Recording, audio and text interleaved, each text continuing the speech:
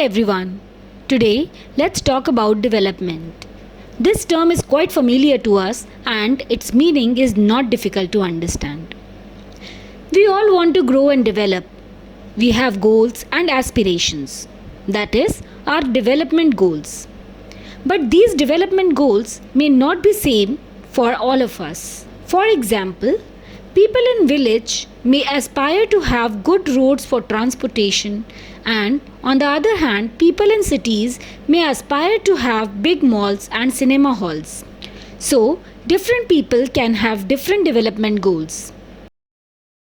As you can see this flow chart, the development goals can be categorized as A. Materialistic goals and B. Non-materialistic goals. In materialistic goals, we talk about higher income, better wages, and on the other hand, non-materialistic goals include freedom, security, etc. But sometimes these different goals of different people become conflicting. Let's take an example here. A big industrialist would want to build a shopping mall by removing a slum area. But for people living in that slum area, shopping mall would be of no use and they would prefer to save their houses in the slum. But the industrialist has nothing to do with the slum area. So here, the industrialist and the slum dweller have conflicting developmental goals. It is good to have developmental goals, but it becomes a challenge sometimes for government to deal with conflicting development goals. It's important to maintain harmony in developmental goals of people in a country or world at large. From here, let's move to another level, that is national development. What is national development? And how do we calculate it? How do we call one country as more developed than the other? For this comparison between countries, calculation of average income is considered as one of the parameters. Average income is the total income of the country divided by its total population. For example, if the total income of a country is 10,000 rupees and total population of that country is 1,000, then the per capita income is 10. It means on an average one person is earning rupees 10. In the 2016 edition of its World Development Indicators, the World Bank classified countries into 4 groups based on gross national income per capita. You can have a quick list at the 4 categories. Lower income group, lower income countries, lower middle income countries, upper middle income countries and higher income countries. So here on the basis of the per capita income, the development of a country is decided. But do you think this calculation of development on the basis of per capita income is sufficient? Let's have a look at another example. Talking about country A and country B. In country A, let's assume that there are only 5 people living. Person 1, person 2, person 3, person 4 and person 5. The income of the first person is 7,000 and accordingly for second you can see 2,000, for third 500, for fourth 300 and the fifth one is earning 200 rupees. Coming to country B, so again there are 5 people in the country, so 1, 2, 3, 4 and 5. So here person 1 is getting 3,000, second 2,000, third again 2,000, fourth 2,000 and the fifth one is getting 1,000. So here when we look at this data, we realize that the average income of country A and country B is same, that is 2,000. We realize that in country A, there is a huge gap between person 1 and person 5.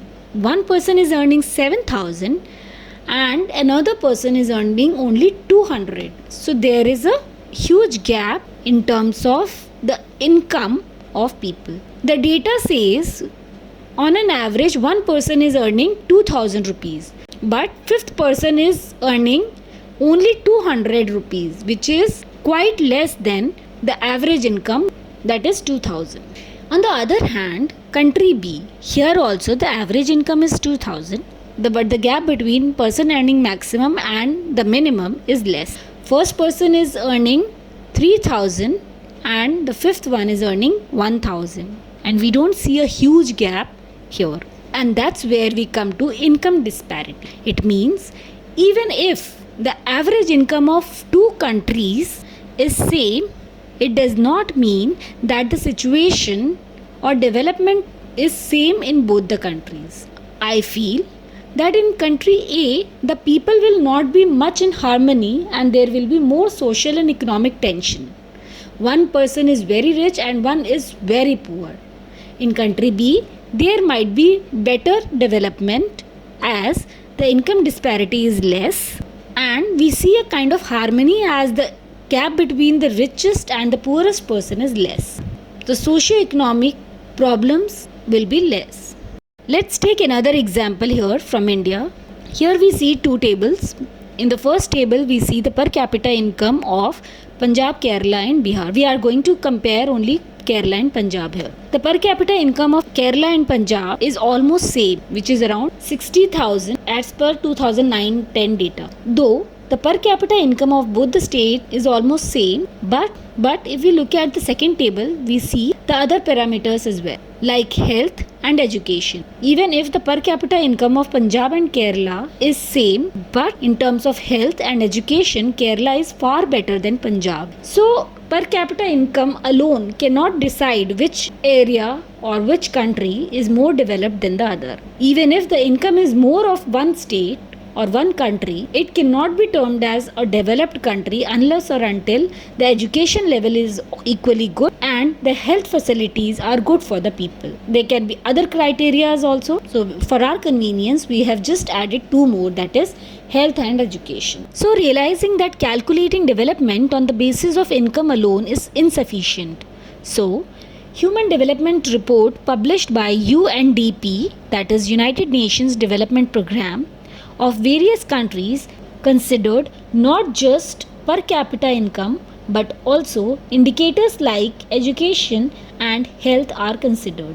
As we are talking about development, let's quickly have a look at this term also, that is sustainable development. Sustainability is the capacity to use the resources judiciously and maintain their balance. We should protect our wealth and environment from human exploitation. We have to leave the resources for our coming generations also. We must devise methods like recycling and reuse. So it's not sufficient to use more resources and develop. Development means using resources judiciously and ensuring to be considerate for future generations. That's it for this topic. Thank you so much. And do not forget to subscribe to Constructing Minds for more such academic videos.